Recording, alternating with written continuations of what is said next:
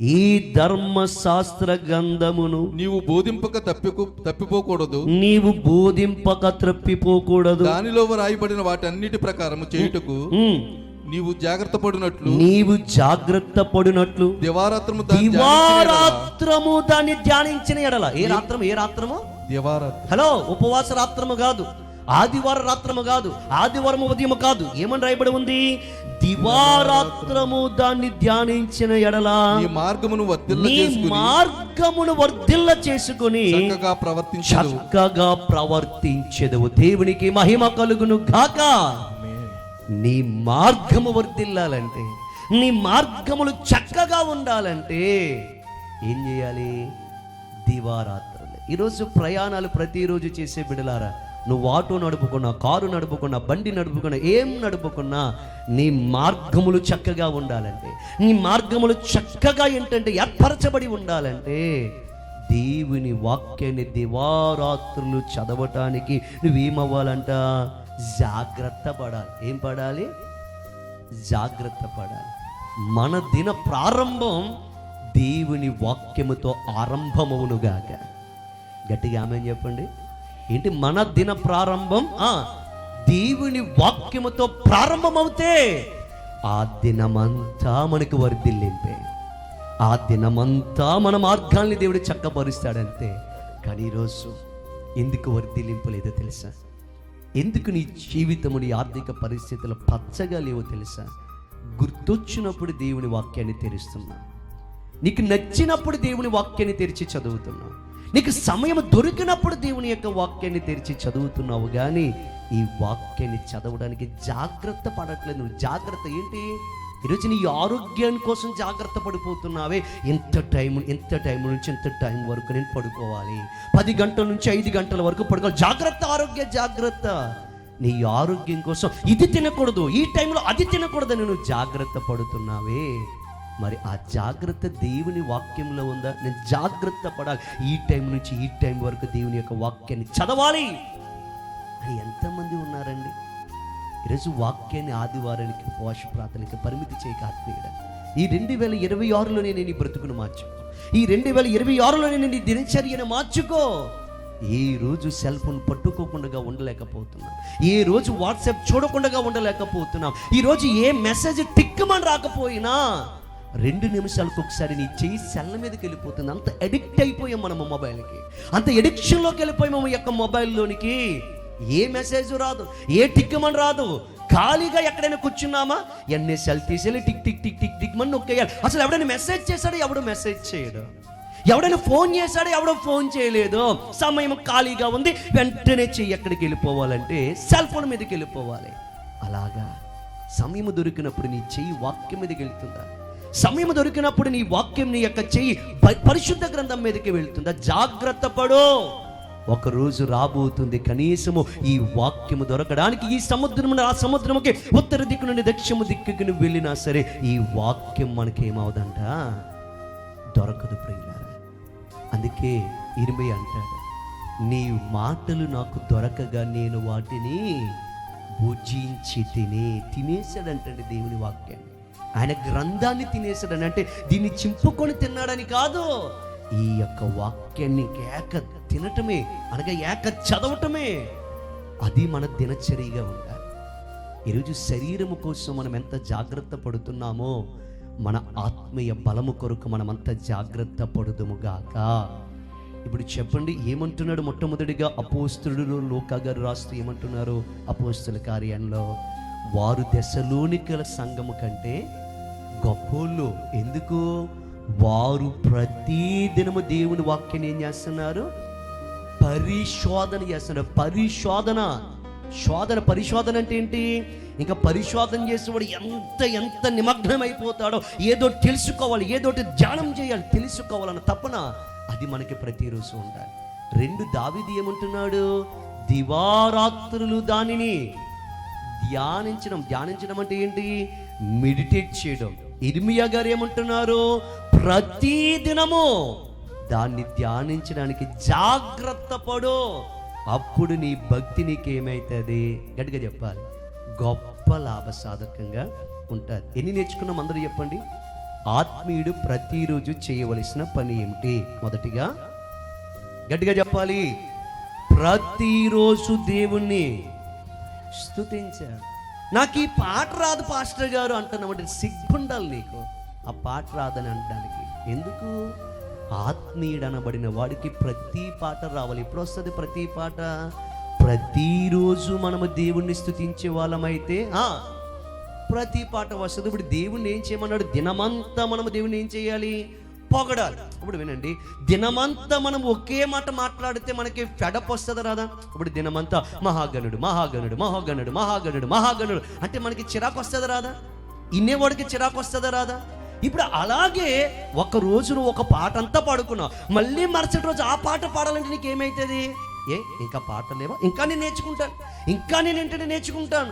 అలా ప్రతిరోజు పాటలు పాడేవానికి పాటల పుస్తకం అక్కర్లేదు, వాని బ్రతుకే ఒక పాటల పుస్తకముగా మారుతుంది. దేవునికి స్తోత్రము కలుగును గాక. ప్రతిరోజు నువ్వు దేవుణ్ణి స్తుతించేవాడవైతే పాటల్లో వాగవు, పాటల్లో తడబడవు. రెండోదిగా ప్రతిరోజు ఆత్మీయుడు ఏం చేయాలి?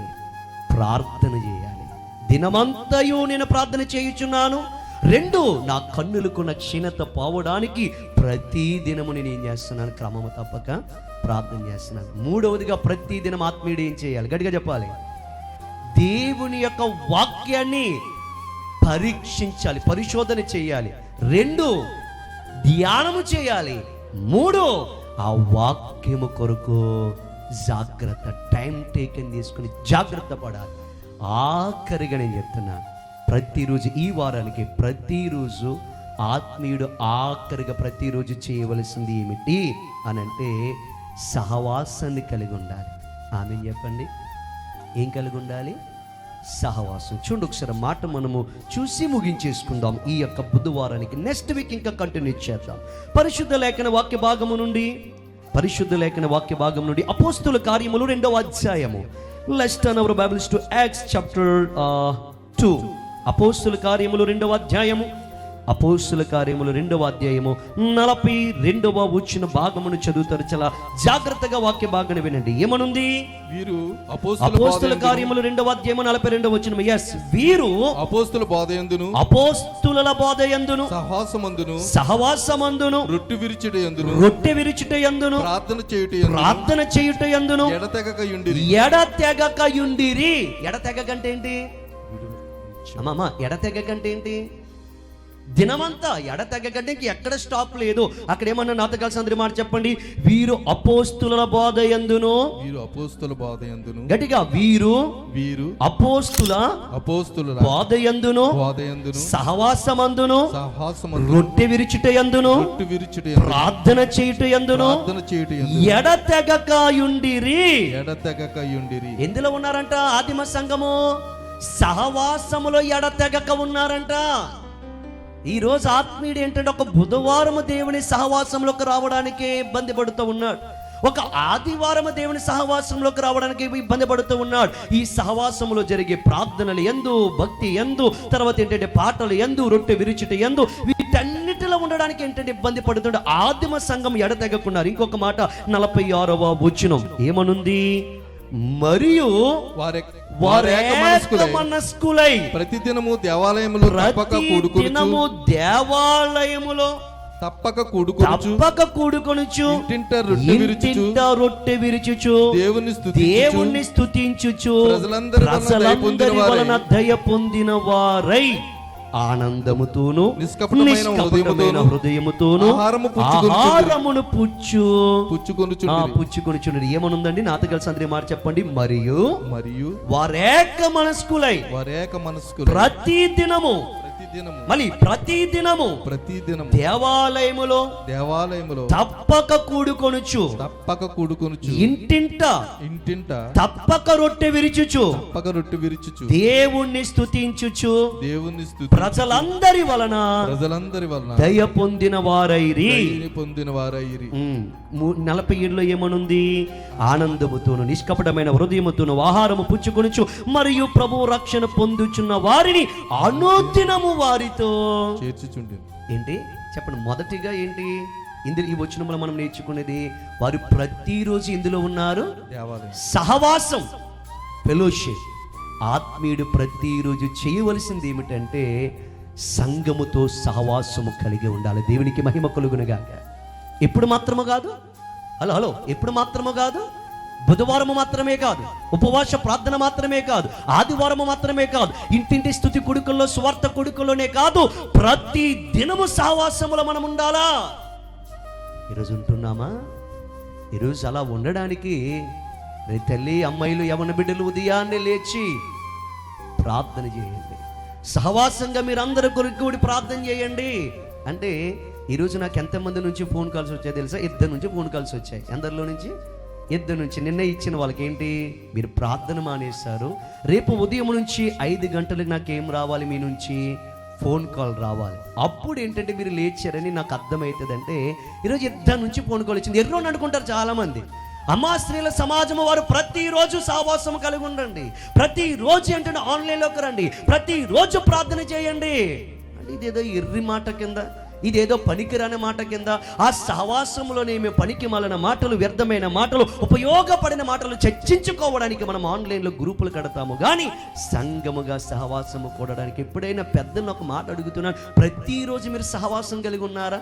పెద్దలుగా ప్రతిరోజు సహవాసంగా ఉన్నారా? యవన పిల్లలుగా ప్రతిరోజు సహవాసంగా ఉన్నారా?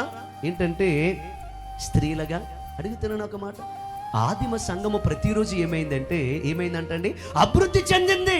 ఎంత అభివృద్ధి చెందింది? ఒకరోజు 3,000 మంది, ఇంకొక రోజు 5,000 మంది, ఇంకొక రోజు 7,000-8,000 మంది, ప్రతిరోజు వేల మంది సంఘములో చేర్చబడేవారు. ఎందుకు చేర్చబడేవారంటే ప్రతిరోజు వరకు ఏముంది, ఒక సహవాసం ఉంది. మనకే ఉంటుంది సహవాసం. ఏంట సహవాసము? ఏం కోరుండవు పిల్ల, ఈరోజు ఎక్కడికి వెళ్తున్నావు పిల్ల, ఈరోజు ఏం డ్రెస్ వేసుకున్నావు, ఈరోజు ఏం చేస్తున్నా, ఇలాంటి పనికి మాలిన సహవాసాలకు మనం ఏంటంటే గ్రూపులు కడతాం. ఆత్మీయంగా ఒకరినొకరు బలపరుచుకోవడం, ఆత్మీయంగా దైవజనులు ఈరోజు మనకి వాక్యం చెప్పినారు కదా, నువ్వు బలపడ్డావా అని. సహవాసం ఎంతమందికి ఉందండి ఈరోజు? ఏ సంఘములోనైతే సహవాసం ఉండదో, ఏ సంఘములో అయితే ప్రతిరోజు సహవాస సంభాషణలు ఉండవో, ఆ సంఘములు ఆశీర్వదింపబడవు. ప్రియులారా, ఈరోజు సంఘక్షేమమే నీ క్షేమమని పరిశుద్ధాత్మ దేవుడు అన్నాడు. మన సంఘము క్షేమముగా ఉండాలంటే మన సంఘములో ఉన్న వారందరి మధ్యన ఏముండాలి తెలుసా? సహవాసం. ఏ మనసు ఉండాలంటే అండి, వారు ప్రతి దినము ఏ మనసు? ఏక మనసు. ఏక మనసు అంటే ఏంటి? సహవాసం ముందు ఉండాలంటే ముందు ఏముండాలి? ఒకే. ఇప్పుడు నలుగురు కలిసి నడాలంటే ఒకే దారిలో ఆ నలుగురు మనసులు ఏమవ్వాలి? ముందు కలవాలి.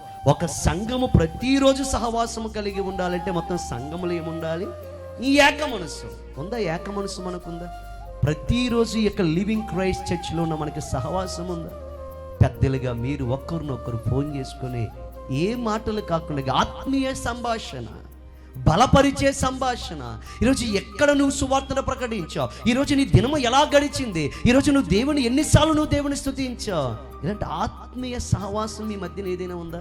స్త్రీలుగా ఈరోజు గుర్తుపెట్టుకోండి, ఈ భూమి మీదంట 2 మనుషులు కూడి మాట్లాడుకుంటుంటే పరలోకం నుండి యెహోవా చెవియొగ్గి ఏం చేస్తాడంట? ఆలకిస్తాడు. ఈరోజు గుర్తుపెట్టుకో, నువ్వు మాట్లాడే ప్రతి మాట దేవుడు వింటున్నాడు. నువ్వు మాట్లాడే ప్రతి మాటకి దేవుడు లెక్క చెప్తున్నాడు. ఇరువురు కలిసి దేవుని గూర్చిన ఆత్మీయ సహవాసము కలిగి ఉంటే, మాటలు కలిగి ఉంటే దేవదూతలతో ప్రభు ఏం చేస్తాడు తెలుసా? ఆనందిస్తాడండి. ఈరోజు సంగమా ప్రేమతో చెప్తున్నాను, ఒక బుధవారం మాత్రమే కాదు మనకి సహవాసం, ఒక ఆదివారం మాత్రమే కాదు ఈ సహవాసం. ఆత్మీయులుగా మనం ప్రతిరోజు ఫెలోషిప్ కలిగి ఉండాలి. ఈరోజు నువ్వు బలహీనుడిగా ఉన్నావా? ఆత్మీయతలో బలము కలిగిన వారికి ఫోన్ చేయి, అయ్యా నన్ను కొద్ది బలపరచండి, దేవుని మాటలతో బలపరచండి. అది ఒక సహవాసమే. ఈరోజు బలహీనుడు ఆత్మీయ బలవంతులతో సహవాసము చేయండి. ఈరోజు ప్రార్థన రాని వారు ప్రార్థనలో స్థిరపడిన వారితో సహవాసము చేయండి. ఈరోజు నలిగిపోతున్న వారు, నలుగుదల నుంచి బయటకు వచ్చిన వారితో సహవాసము చేయండి. వారు నేర్పుతారు, నేను ఎలా బయటకు వచ్చాను, నేను ఎలా ప్రార్థన చేశాను, నేను ఎలా నా ఆత్మీయ జీవితాన్ని కాపాడుకున్నాను. సహవాసం. వ్యర్థమైన మాటలతో సహవాసం గడపకండి, వ్యర్థమైన వాటితో సమయాన్ని కాలయాపన చేయకండి. అనాది కాలంలో ప్రతిరోజు ఇంటింట కూడేవారంటండి. ఈరోజు నీ ఇంటిలో ఉందా సహవాసం? ప్రతిరోజు నీ ఇంటిలో ఒక సహవాసముగా కూడి ప్రార్థన చేసుకుంటున్నావు. ఈరోజు ఒక్క మాట ఆఖరికి మిమ్మల్ని అడుగుతున్నానండి. మా ఇంటిలో ప్రతిరోజు సహవాసంగా మేమందరం సహవాసం కలిగి ఆనాడు ఆదిమ సంఘంలో ఉన్న సంఘం అంతా ఇంటింట ప్రతిరోజు ఇంటిలో ఎలాగైతే సహవాసంగా కూడి ప్రార్థించి దేవుని స్తుతించారో అలాగే మా ఇంటిలో కుటుంబముగా మా ఇంటిలో కుటుంబ ప్రార్థన ఉంది అని చేపేకెత్తండి. 1 2 3 4. మరి మిగిలిన ఈరోజు మీ కుటుంబాలు అల్లకొల్లలం అయిపోవడానికి గల కారణం ఏంటో తెలుసా? ఈరోజు మీ కుటుంబాల్లో నెమ్మది లేకపోవడానికి గల కారణం ఏంటో తెలుసా? ఈరోజు నీ కుటుంబంలో వర్ధిల్లింపు ఆశీర్వాదము లేకపోవడానికి గల కారణం సహవాసం లేదు నీ ఇంట్లో. నీ ఇంట్లో ఉన్న వారికి ఏక మనసు లేదు. నువ్వు ప్రార్థనకు రమ్మంటే మీ ఆయన వెళ్ళి మంచం ఎక్కుతాడు, నిన్ను మీ ఆయన ప్రార్థనకు రమ్మంటే నువ్వు వెళ్ళి వంటింటిలో కూర్చుంటావు, నీ బిడ్డలను ప్రార్థనకు రమ్మంటే వాళ్ళు వెళ్ళి టీవీల దగ్గర కూర్చుంటారు. ఇంకా ఎక్కడ ఆశీర్వాదం ఉంటుంది? ఆదిమ సంఘము వర్ధిల్లడానికి గల కారణం, ఆదిమ సంఘము ప్రార్థన చేసే దేవదూత దిగి వచ్చి అపోస్తలుల కార్యములు 12వ అధ్యాయం 5వ వచనంలో ఒక ఇంటిలో ఆదిమ సంఘము సహవాసము కలిగి ఏక మనసు కలిగి అత్యాశక్తితో ప్రార్థన చేస్తే ఇంటిలో సహవాసము కలిగి ప్రార్థించిన ప్రార్థన బట్టి స్తుతిని బట్టి పరలోకము నుంచి దేవదూతను వారు దింపగలిగారు. దేవునికి స్తోత్రము కలుగును గాక. రేపు చచ్చిపోతాడన్న పేతును బయటికి తీసుకొచ్చారు. దేవునికి స్తోత్రము కలుగును గాక. సహవాసము కలిగి ప్రార్థన చేయగలిగితే దేవదూతల పరిచర్య నువ్వు అనుభవించగలవు యేసునామమున. సహవాసము కలిగిన ప్రార్థన నీ కుటుంబంలో ఉంటే ఎలాంటి బంధకములో ఉన్న నీ స్థితిలైనా, ఎలాంటి బంధకములో ఉన్న నీ ఆర్థిక పరిస్థితులైనా ఇంటిలో సహవాసము కలిగి నువ్వు ప్రార్థించటం వలన బయటికి తీసుకురాగలవు. నమ్మితే గట్టిగా ఆమేన్ చెప్పు. సంఘము, ఆ మరియ ఇంటిలో ఉన్న సంఘము వెళ్ళి చెరసాల తలుపులు తెరవలేదండి. పౌలు ఏంటంటే పేతురు బంధింపబడిన చెరసాలని ఏంటంటే సంఖ్యలను తెగవేయలేదండి. వారు ఎక్కడో ఉండి చేసింది ఏంటో తెలుసా? అందరూ అత్యాశక్తితో ఏక మనసు కలిగి సహవాస ప్రార్థన చేశారు. వెంటనే ఎక్కడో బంధింపబడిన వాడు ఏమయ్యాడు? విడిపింపబడి ప్రార్థన చేసిన ఇంటి తలుపును తట్టేలా నా దేవుడు చేశాడు. ఆమేన్ చెప్పండి. అప్పుల చేత బంధింపబడి ఉన్నావా? నీ ధనమంతా అప్పుల్లో బంధింపబడి ఉందా? నీ జీవితం అంతా ఎక్కడో బంధింపబడి ఉందా? నీ స్థితిగతులన్నీ నీ ఇంటిలో సహవాసం కలిగి ప్రతిరోజు నీ ఇంటిలో మోకలేసి నీ కుటుంబంతో సహవాసం కలిగి ప్రార్థన చేయి.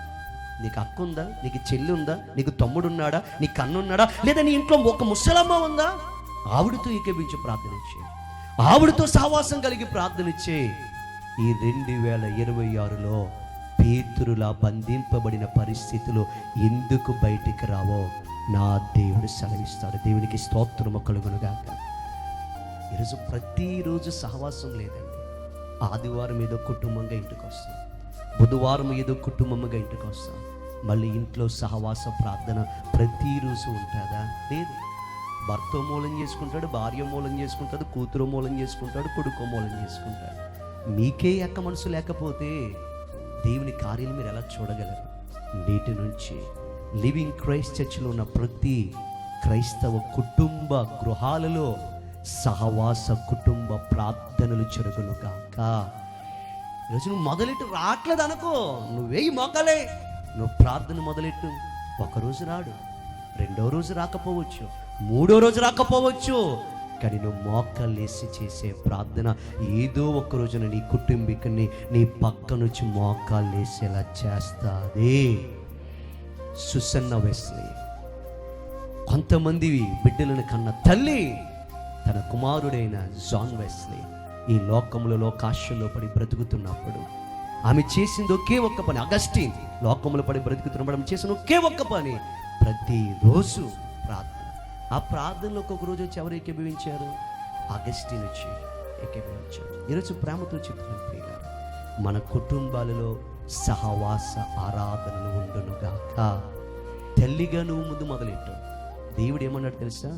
జ్ఞానము కలిగిన స్త్రీ తన ఇంటిని కడతాది, 3 రాళ్ళైన స్త్రీ ఉన్న ఇంటిని తన చేతితో ఏం చేద్ది? ఓడబిరికేస్తాయి. ఈరోజు చాలా ఇల్లులు పాడైపోవడానికి గల కారణం స్త్రీవైన నీ వల్లే. ఇంటి బాధ్యత దేవుడు నీ మీద పెట్టాడు, కుటుంబ బాధ్యత దేవుడు నీ మీద పెట్టాడు. కానీ లోకం మీద నువ్వు పెట్టే దృష్టి, లోకాశల మీద నువ్వు పెట్టే దృష్టి, నీ కుటుంబ ఆశీర్వాదము మీద నువ్వు పెడితే ఈ పాటికి ఎప్పుడూ నీ కుటుంబం మారిపోవాలా. కానీ మారలేదు. ఎందుకు మారలేదు? ఎందుకు వర్ధిల్లట్లేదు? ఎందుకు అభివృద్ధి లేదంటే ఎక్కడుంది మీ కుటుంబంలో సహవాసం? ఎక్కడుంది మీ కుటుంబంలో సహవాస ప్రార్థన? ఎక్కడుంది మీ కుటుంబంలో సహవాసముగా దేవుని స్తుతించడం? ఈరోజు అనేక మంది చేర్చబడ్డారు. ఈరోజు దేవుడు ఈ వాక్యము ద్వారా మనందరి జీవితాల్ని స్థిరపరుచునుగాక. చెప్పండి, ప్రతిరోజు క్రైస్తవుడు చేయవలసిన పనులేంటి? మొదటిగా ప్రేస్ డైలీ, ప్రతిరోజు దేవుణ్ణి స్తుతించండి. 2, ప్రే డైలీ, ప్రతిరోజు ప్రార్థన చేయండి. 3 read the Bible daily, meditate the Bible diary, ప్రతిరోజు దేవుని యొక్క వాక్యాన్ని చదువు. 4 ఫెలోషిప్ డైలీ, ప్రతిరోజు సహవాసాన్ని కలిగి ఉండు. ఎప్పుడైతే నువ్వు ప్రార్థనలో నీ బిడ్డలతో సహవాసం కలిగి ఉంటావో నీ బిడ్డల మనసేంటో నీకు తెలుస్తారు. వారు ఏ పాపంలో పడిపోతారో నీకు తెలుస్తారు.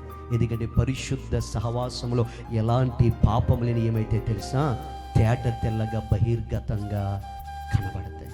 ఈరోజు నీ కుటుంబాన్ని నువ్వే కట్టుకుందువుగాక. సహవాసాన్ని ఒక్కరోజుకు పరిమితి చేయకండి. సహవాస ప్రార్థన ఒక్కరోజుకు పరిమితి చేయకండి. ఈ యొక్క సంఘ ప్రార్థన ఒక బుధవారానికి ఆదివారానికి పరిమితి చేయకండి. ప్రతిరోజు ప్రార్థన చేయండి. ప్రతిరోజు సహవాసం కలిగి దేవుని స్తుతించండి. దేవుని అత్యధికమైన కృప మీకు కలుగునుగాక. ఇప్పుడు చెప్పండి, దైవ భక్తి గొప్ప లాభ సాధకం. గొప్ప లాభము నీకు నాకు కలగాలంటే ఇలాంటి భక్తి మనము చేయుదుముగాక.